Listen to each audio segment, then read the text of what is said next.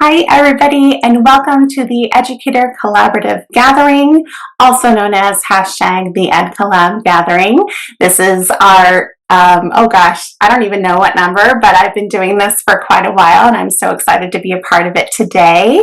And I'm grateful that you're here. So let's get started. I still actually have trouble starting a screen share really smoothly, even though it's been a long time that we have all been on Zoom. So excuse me for that. Also, just a couple of caveats. I am recording from home. I have a very sassy puppy.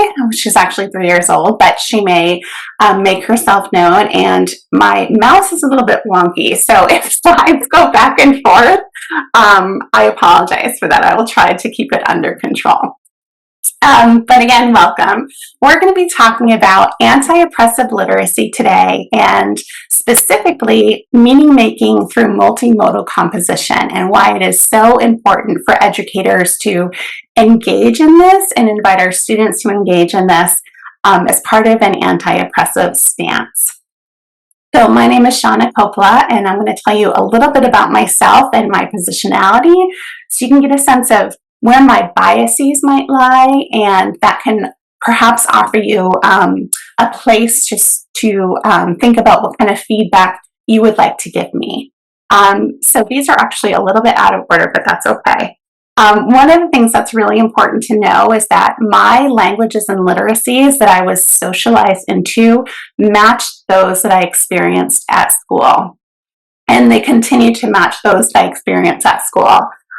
That's, I think, very important to make known and to be transparent about, because clearly there are areas where and there are experiences that I can't possibly understand, but I can speak to them and acknowledge them. I also identified early on as both a reader and a writer as a young girl, and my educators and my family members also identified me as both a reader and writer. So it never occurred to me that I wasn't a reader and writer as I was growing up. I have 20 plus years of experience at all grade levels, really, but the vast majority of them have been within predominantly white institutions. And so that's important to know as well, although I have had some experience outside of institutions that have mostly predominantly white folks as the leaders and as students. The majority of my work has been in predominantly white institutions. And then I have lots of research and scholarly interests, even beyond just general literacy. Social justice is a huge research interest of mine, and it involves a lot of the work that I do outside of my educational work, a lot of community work that I'm involved in. Sociolinguistics, I would just love to be a sociolinguist when I grow up, but we'll see what happens there. And I do have lots of guilty pleasures. I love all Bachelor-related nonsense, both from an ironic stance and actually engaged in it stance, which I know is kind of annoying probably to y'all. And I also have been a true crime aficionado before it was cool. So just thought I would mention that. So I actually have a brand new book coming out next July from W.W. Norton that I'm super excited about. And it really is centered around this anti-oppressive literacy education framework that I've developed over my over 2 decades of work in schools with students, engaged in research, examining my own whiteness and my own complicity in oppressive institutions and systems. And so it's made up of 5 big principles that I talk about in the book, and we're going to be focused on the 4th one today. But all of these principles are things that I believe that are principles that I believe that educators who would like to embody an anti-oppressive stance, which I hope everyone does, both recognize and seek to educate others around. So not only their colleagues and but also their students. And so the first principle is that literacy involves both cognitive processes and social practices. And I'm not going to go through these all here, but you can sort of pause whenever you have a chance and read kind of just the little blurb underneath that explains a little bit more about them. The second one is that identity and literacy are inexorably linked together. They cannot be separated from one another. The third is that all human beings engage in literacy and language practices that are both valid and valuable. And I always hate to think that I have to spell that out, but considering what happens in so many schools today and what's happening across the country in particular today, that is really important to spell out and be explicit around. The fourth one is the one we're going to focus on today, which is that meaning making occurs within a variety of equally valid communicative channels or modes. I know that's a mouthful, but we'll talk a lot about it. And the fifth, and my personal favorite one to deep dive into and really discuss with folks and get others' feedback around, is that literacy can be used as a tool for liberation as well as a tool for oppression. And I think that is so important for all educators to recognize and understand. But again, this is what we're going to focus on today. So let's get to it. Actually, first, I want to just make sure we have some common understandings around language. I know that genre and form often get confused, and not everybody agrees with my definitions of them, but I'm going to share them with you so that you understand what I'm talking about when I talk about both genre and form, and also mode.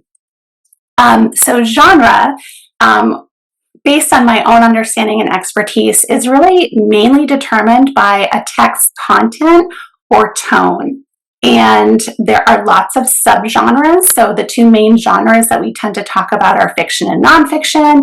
But within those genres are subgenres like fantasy, memoir, biography, realistic fiction, etc. Technique and length are also factors in determining genre oftentimes. So you might have a fiction story, just kind of straight fiction narrative, but you also have flash fiction, and that's a slightly different genre with slightly different techniques. And like I said, there are also lots of subgenres. Form is really based upon organization or structure. So when we think about the format of something, that is what form is. So organization, how something is kind of laid out. Oftentimes, poetry is often misrepresented as a genre when it really actually is a form, because poetry has lots of different genres within it. The most commonly taught forms in schools tend to be essay and story. And then mode is how someone has or intends to communicate meaning via a textual tool. So, for example, there are a couple of different kinds of ways to think about modes. So there's rhetorical modes, which are determined by the author's purpose, whether they want to persuade their audience or inform them, or a combination of the two. And there's other kinds of rhetorical modes that we talk about. But today we're really talking about modes of meaning making.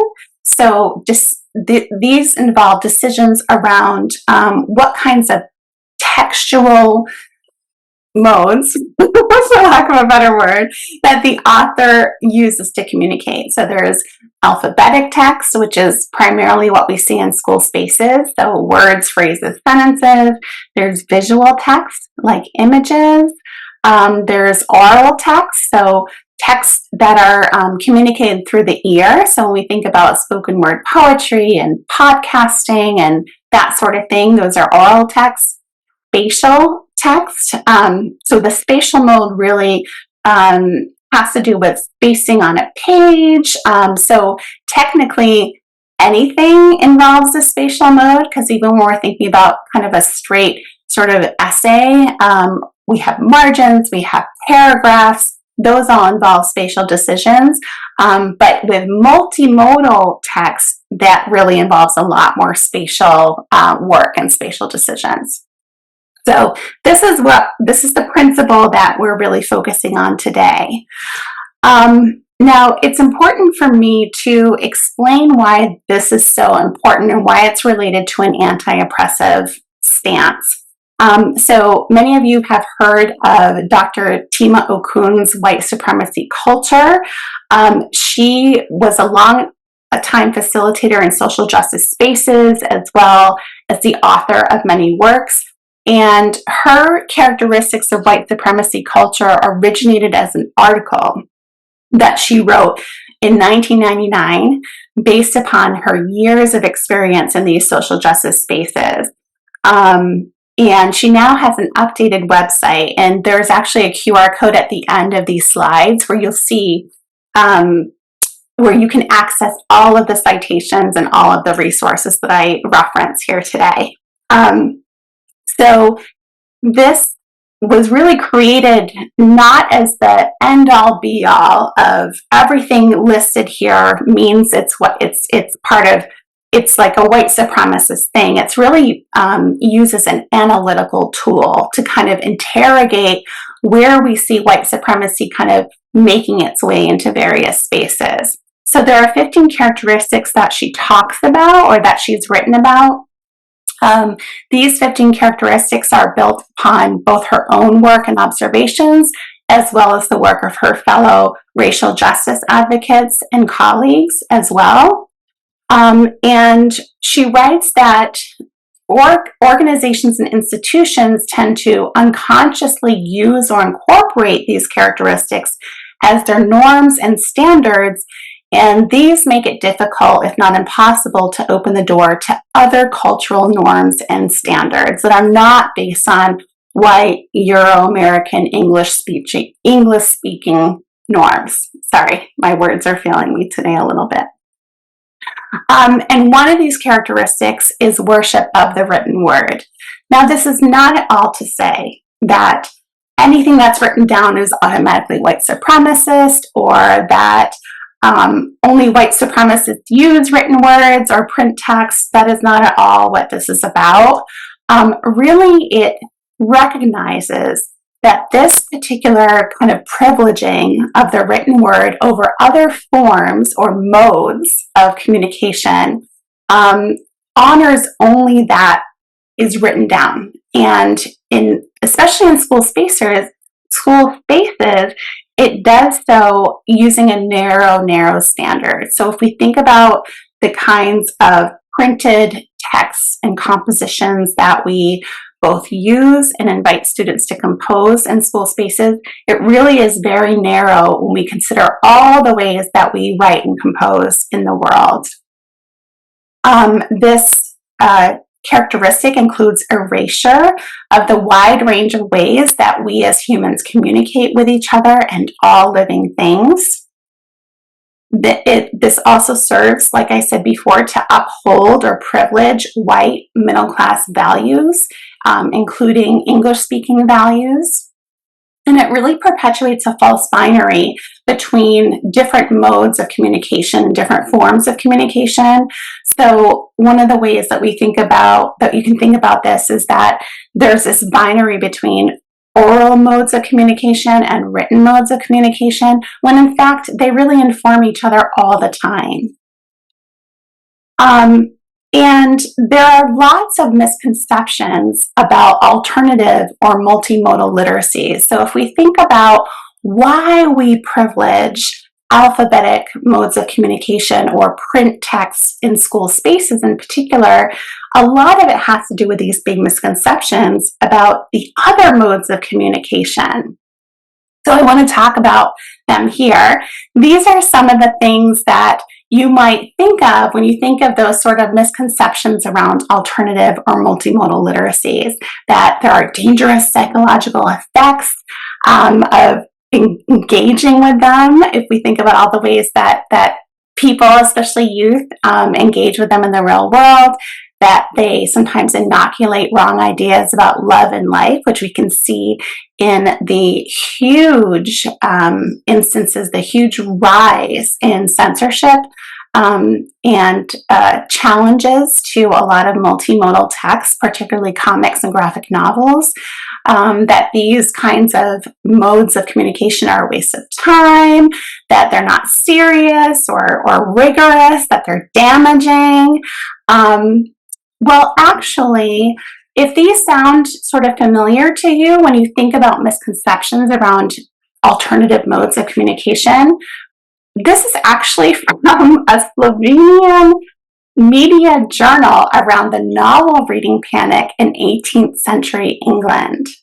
So these are all reasons why folks were saying that novel reading is dangerous. This wasn't about multimodal composition.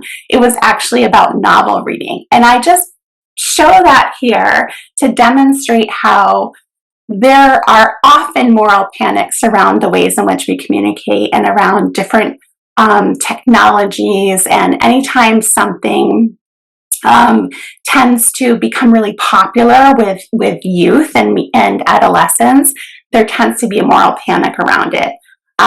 So that's just kind of a little trick.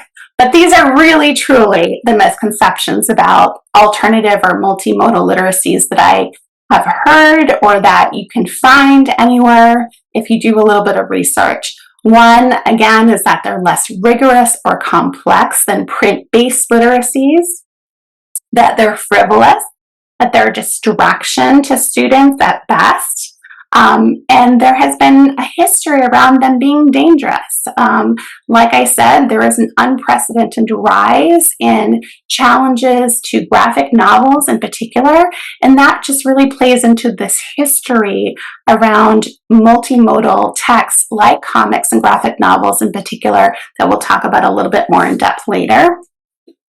Another misconception is that multimodal and alternative kind of texts that aren't primarily print-based take up time and curricular space that should be devoted to developing students' print literacy, primarily because that's what's tucked in. So we're going to be really looking deeply into many of these misconceptions to talk about why they are truly misconceptions. So this first one around whether alternative modes of communication, so those modes that are primarily visual in nature, that incorporate the oral mode or the gestural mode, so using our body movements, or multimodal texts are less rigorous or complex. This is clearly not true at all. We, for some reason, can't seem to let go of this idea that multimodal texts in particular are less rigorous or complex. And one of the examples that I use to show how complex it is directly from Scott McCloud's book, Understanding Comics. It's a classic. And in this image you see here, in this excerpt from the book, he talks about the 6 types of panel transitions that are a part of all comics. And just as a side note, graphic novels are a type of comic. It's a form of comic. A comic just means that it has sequential art that's kind of fueling a narrative. So you can see here, like I said, there's a lot of complexity just in the kinds of panels that we use in comics and graphic novels. So there's things like moment-to-moment transitions, which you see in the first column. We have action-to-action transitions, which you see in the second one. We have subject-to-subject transitions, and so on and so forth, that really simulate time and motion. These are incredibly complex decisions that people make when they're composing these kinds of texts, and they're incredibly complex for us to make meaning from when we're reading them. Another way that I like to use different multimedia to show how rigorous and complex multimedia composition or multimodal composition is I use a lot of title sequences. These are super, super engaging because everybody likes pop culture, or most people like pop culture. And of course, we want to be really conscious about the kinds of pop culture that we engage, that we bring into our classroom. We want to make sure it's representative of a lot of different cultures and a lot of different genres and that sort of thing. But I like to use title sequences because you can really look at them for the complexity of decisions that have been made around things like the images that are shown, the music or other kinds of sound effects that are used, the text that is shown on the screen, the printed text that's used. There's so many decisions to be made around title sequences, and so these are some of my favorite ones to use. And in particular, down here in the lower right hand side, there's this genre of title sequences or remixed trailers of movies that kind of place them in a different genre. And so it's really fun to look at the original trailer and then the remix trailer and talk about the different decisions that were made in each one and how those work together to create different meanings in the viewer. So Mrs. Doubtfire has one where it turns the film Mrs. Doubtfire, it remixes it into a horror movie, which is really fun to look at and watch. It's hilarious.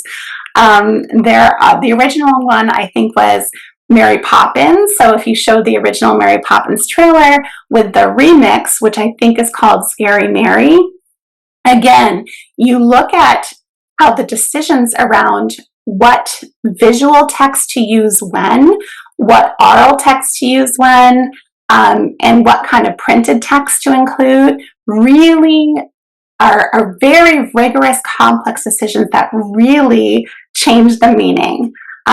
There's also one about The Shining, if any of you know the horror movie The Shining classic, that turns it into a romantic comedy. So highly recommend using title sequences to show the complexity of multimodal composition. I also like to look at other kinds of text. This is an infographic. And of course, I would have loved to show a student infographic, but I had very limited time to gather this presentation together just because of my own, bananas life. And so I needed, permissions for that. But I'm just going to show you one. This is an infographic that I created as a mentor when my colleague and I were engaged in an inquiry around advocacy with our fifth graders. They had a choice whether to kind of research water justice, food justice, or environmental justice in general. And if you take a look at this, and you can pause this anytime here and really think about all the decisions that I had to make as a writer in creating this infographic. So there were decisions that I had to think about around content. So which information, based on all the information that I had gathered in my research, was I going to present to my reader or viewer of this infographic? I had to make decisions around color. What colors made sense and how did that affect the making of meaning with readers in looking at this infographic? I had to make decisions around images. What images was I going to include and show, and where was I going to space them? That's all about spatial composition. I had to think about the medium I was going to choose. So we gave students the choice to either inform their audience around their research through an infographic using Google Drawing. They could do an infographic using Canva, or they could create a multimodal short video using Animoto. So I had to make decisions around that, which also affects the way we make meaning from a text. So again, very, very complex decision making not only as writers of multimodal text, but as readers of multimodal text. Because even reading this, you have to know kind of where to look first, and that all involves spatial decisions around space and color and text as a compositionist, as a writer. It's also, one of the misconceptions, of course, is that this is a waste of time, but it is not, because when we think about multimodal composition and inviting students to engage in multimodal composition and play around with it, and it informs how they read and vice versa. So teaching students how to read multimodal text informs how they learn to write them as well.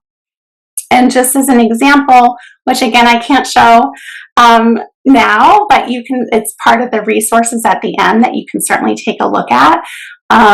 During another inquiry with a multi-age 3-4 classroom, we were doing this is actually another inquiry involving advocacy, and students were invited to view many times. We viewed many of the examples of the Nature is Speaking texts. Some of you may or may not be familiar with them. Sorry.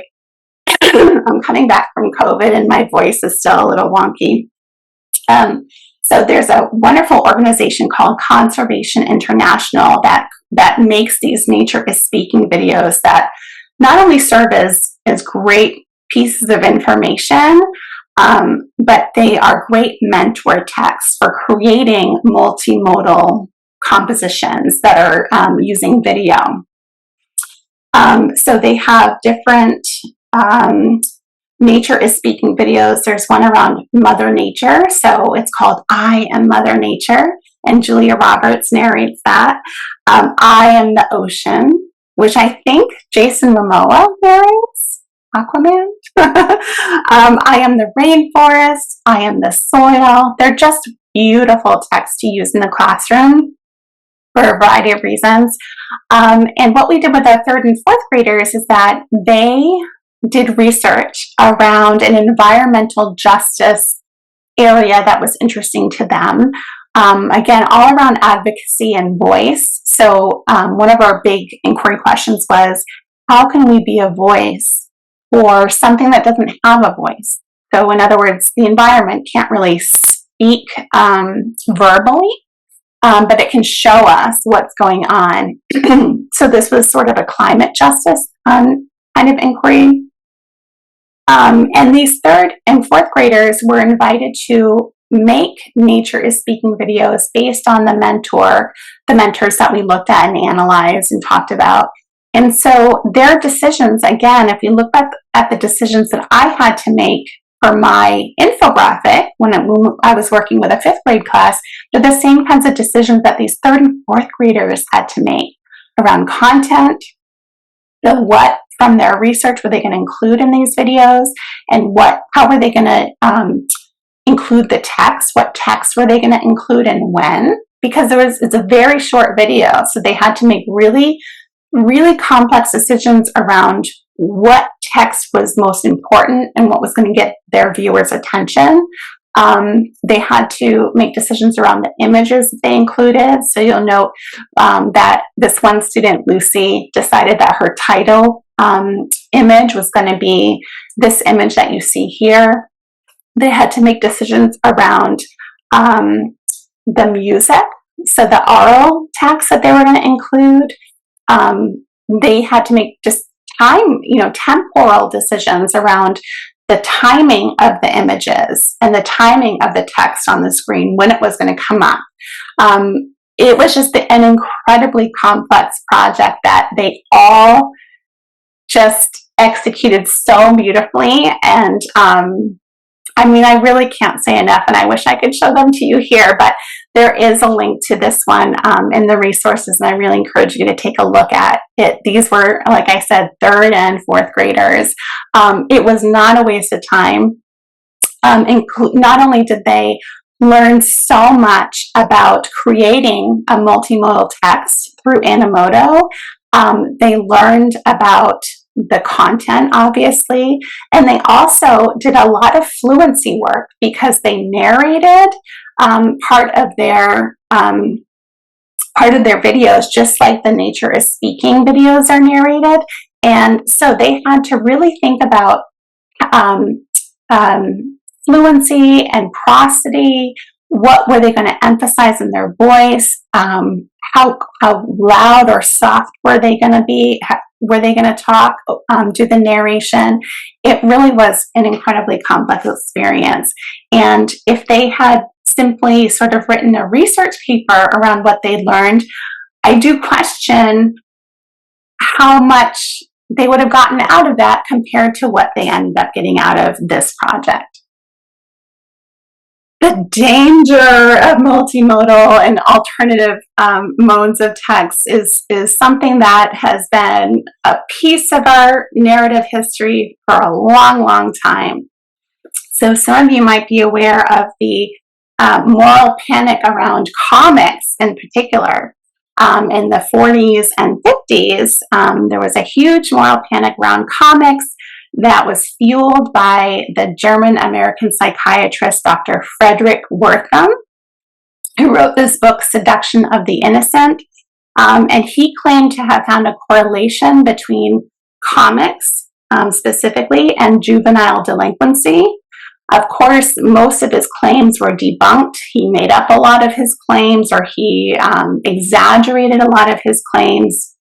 But he even at one point compared comic creators to Adolf Hitler at one point. And all of this big moral panic that occurred, excuse me, as you can see in this particular photograph, included comic burnings, which we are seeing even today, book burnings happening. White American parents in particular campaigned very vigorously for censorship of these kinds of texts. There was a U.S. congressional inquiry that led to the creation of a Comics Code Authority that set out general standards for what comics could or could not include.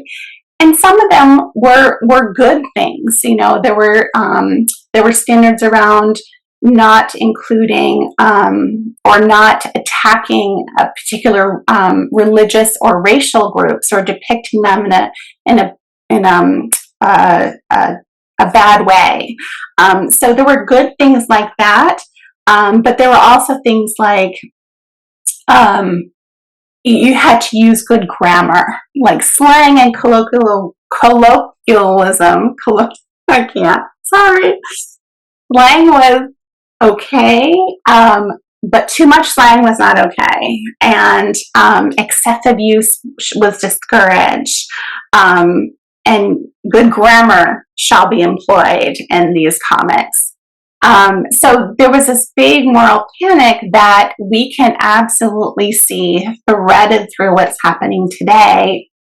Another thing that Dr. Wertham talked a lot about, which is also echoes in what we're seeing today, is that a lot of comics had homoerotic kind of insinuations, that Wonder Woman was based on some kind of sadistic, kind of sexualized activity, which of course is ridiculous.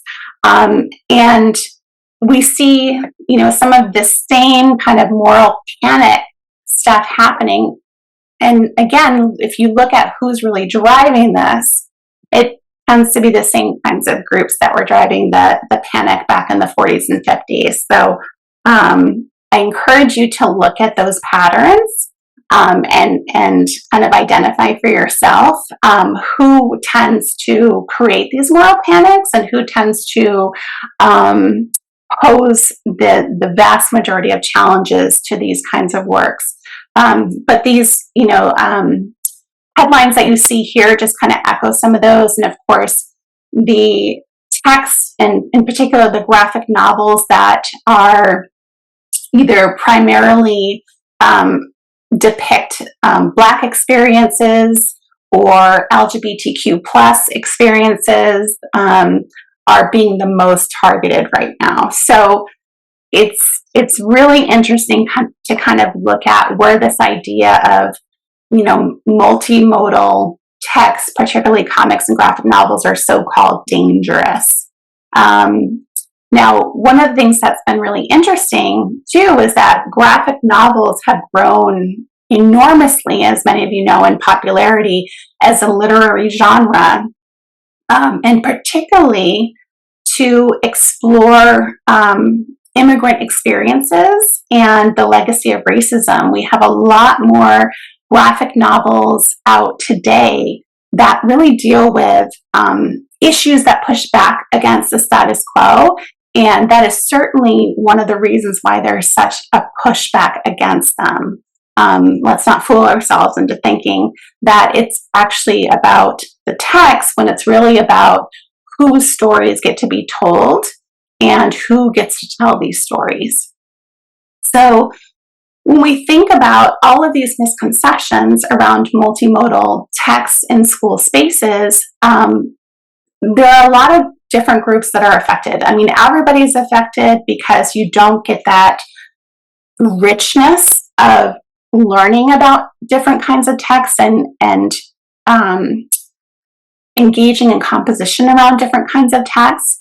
But in particular, the people who are most affected are those students, especially who are traditionally underserved or decentered in school spaces. And again, part of that is because across history, a lot of what has been depicted in these multimodal texts, especially over the past couple of decades, has more and more been folks who haven't had the same opportunities in traditional publishing to tell their stories and to share their experiences. Students with dyslexia are also disproportionately affected by our overprivileging of print text in school spaces. Now, this doesn't mean that we don't need to keep working on helping students who have reading difficulties with print text gain skills and develop their print text understanding and reading and writing. But we also know that multimodal texts also offer a kind of scaffold for students with dyslexia. So it's really important that we incorporate them into our practice. Students whose families and communities have strong oral traditions are often left out when we don't incorporate so-called alternative literacies. And in particular, I'm thinking of things like oral storytelling and spoken word poetry are two big aspects of text, or two big kinds of text or forms of text that we definitely don't engage a lot in school spaces, and that leaves out a lot of cultures that really have strong oral traditions. Emergent bilingual children and youth also are often disproportionately affected by not incorporating more opportunities to engage in meaning making through modes other than the print or alphabetic mode. And there's actually quite a bit of research around that. I have this tweet up from Angela Stuffman. She just tweeted it the other day, and I just thought it was so perfect. She writes that there are so many ways to honor identity in the classroom, and there are many ways to erase it too. How we position and privilege print matters. And she has a quote from her newest book, Teacher's Guide to Multimodal Composition, which is a great, wonderful resource that I encourage you to check out. But it's really important to note who tends to be affected by this sort of overprivileging of print text in school spaces. Some of you may have seen the new NCTE position statement on writing instruction in school. And I actually had a hand in composing this alongside some really wonderful colleagues. And one of the excerpts I wanted to share here is when the statement says that writing instruction and assessments serve as gatekeeping devices when they're built around deficit notions surrounding students' languages and literacies. narrow definitions of and attitudes about writing and language too often perpetuate white, Eurocentric ideologies about what it means to write well or effectively, upholding racist and linguistic barriers and inequities for students whose writing does not easily assimilate to dominant norms. And I think that for folks who haven't done a lot of work around social justice and a lot of work around whiteness and how this is just how our many of our U.S. systems and institutions are centered on whiteness, and particularly our schools, this might come as, kind of a surprise or sort of a stretch to be thinking this way, but it absolutely is not. The more you know. So I really encourage you to check out some of the research around the efficacy of incorporating multimodal text and alternative modes of text that don't overprivilege print in school spaces, including this NCTE statement. One of the reasons why it is so important to incorporate a lot of these different modes of text is because they often serve as counter narratives to the dominant white status quo narrative that is so often perpetuated both in schools and outside of schools. And so I have a couple of those examples here. But multimodal texts have traditionally existed as sites of resistance and disruption of dominant narratives. That's been a tradition, whether we're talking about comics, graphic novels, spoken word poetry, zine. They have all kind of traditionally existed as sites of counter narratives and pushing back against the status quo. And Jen Scott Kerwood and Damiana Gibbons in 2010, they did a study of youth-produced digital media, and they came up with this concept of multimodal counter-narrative, and which they define as the way in which individuals employ multiple modes of representation to push back against oppressive master narratives. So like I said, we see this a lot, and we see it in the 1619 project, in the multimodal project that first originated in its first iteration in the New York Times Magazine. We see it in the 1619 podcast, in the Some of Us podcast, and so many different podcasts. We see it in comics, a lot of web comics. So this particular web comic here is by Huda Fahmy, and it's one of my favorites, and I encourage you to check it out. I'm trying to think, the name of it is lost me. It's something like, it's on the resources page, but her Instagram page is something like @yes I'm hot in this. And a lot of her work obviously pushes back against, really biased and racist understandings of her experience as a Muslim woman. And they're funny, but there's a lot of important meaning to be taken from them. She also has a wonderful book out, which is a compilation of her comics called Huda F Are You? I think that's the title. It's so good. But there's lots of instances of web comics really pushing back against dominant narratives. And so these kinds of texts are super, super important. We Are Oakland International. Oh, this is such a beautiful book. You can also Google it and look it up, and you can see some examples. But T. Bui, who is an art teacher at Oakland International High School, sort of helmed this project of inviting 9th and 10th graders in Oakland, California, at this high school to create a set of comics that really told or depicted their immigration stories in order not only to give them an opportunity to tell their immigration stories, but also for them to see how important their stories are and that they're part of larger stories.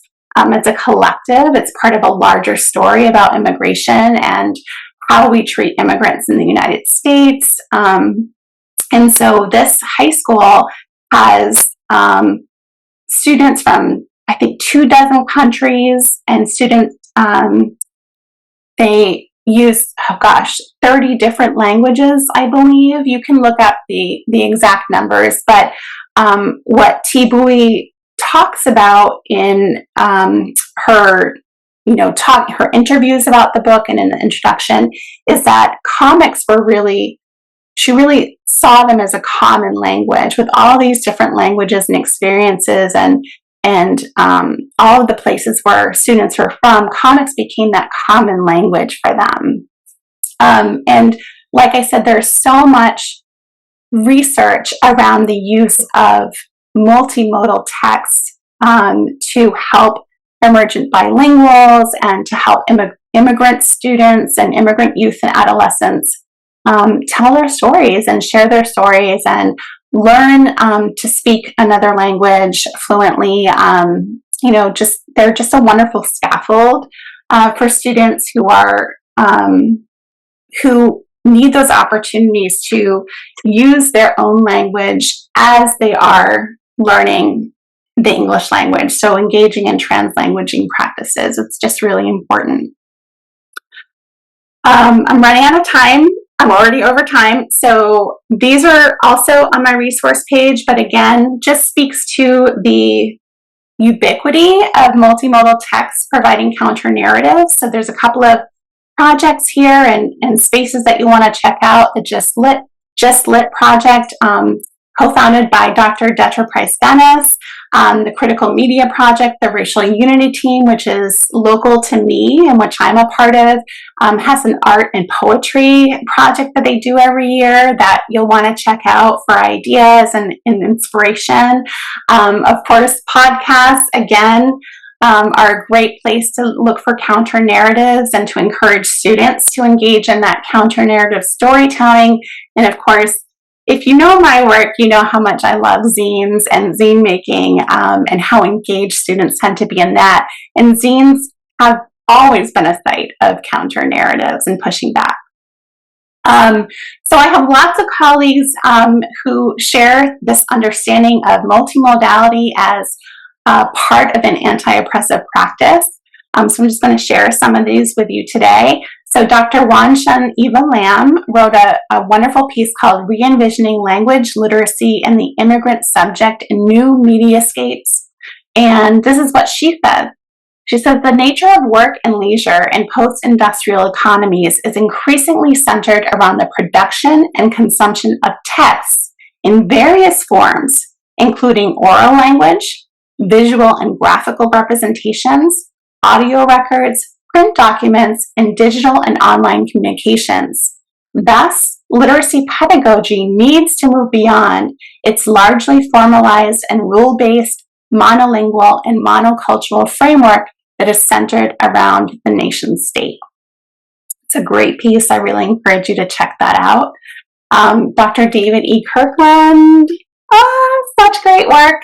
In his piece, Rewriting School, Critical Pedagogy in the Writing Classroom, he says, there is a need for K-12 teachers of writing to recognize the legitimacy and intertextuality of all students' voices.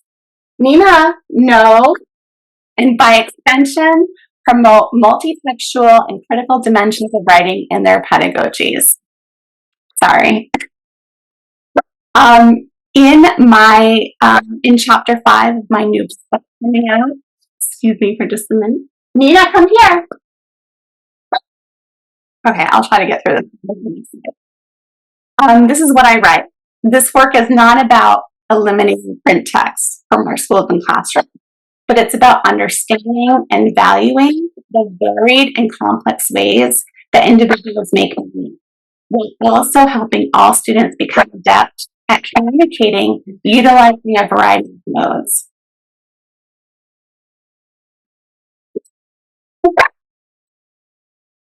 You guys. Um,